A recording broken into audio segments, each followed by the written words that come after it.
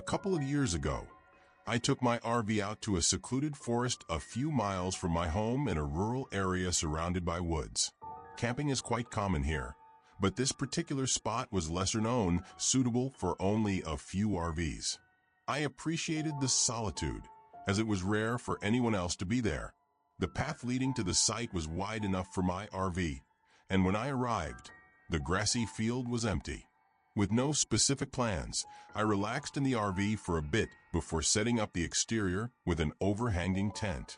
Afterward, I gathered some wood to prepare for a campfire. It was still early, and I wanted to be ready before darkness fell. I ventured into the woods behind the RV, far enough away that I could no longer see the campsite.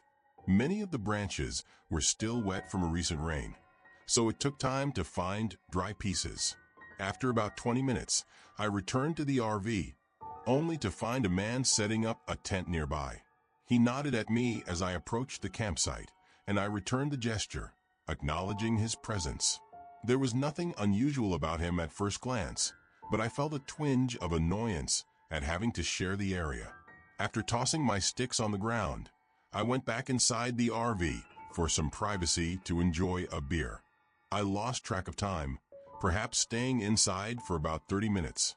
When I finally checked out the window, I noticed the man had finished setting up his tent. However, the tent looked rugged, with numerous holes and frayed edges, as if it had been neglected for years. I couldn't see him inside, and he was nowhere else in the campground. I left the RV to start my campfire while continuing to ponder the condition of the man's tent. As the sun set, I managed to get a fire going and settled beside it, still wondering where the man had gone. The darkness enveloped the woods, leaving only the dim light of my campfire. As the night wore on, I became increasingly uneasy about the man's absence. Checking my watch, I saw it was nearly 1 a.m., and it had been dark for about 4 hours. I decided to walk closer to his tent to ensure he really wasn't there. "Are you in there?" I called out, but there was no response. Standing in the middle of the campground, I scanned the dark forest, wondering if the man had gotten lost. Suddenly, I noticed movement near one of the trees. I froze, staring at the figure standing still, trying not to be seen. A wave of fear washed over me as I struggled to determine if it was the same man from before.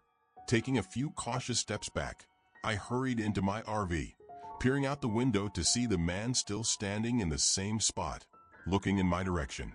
After a moment's hesitation, I quickly moved to the front cabin and drove away from the campsite.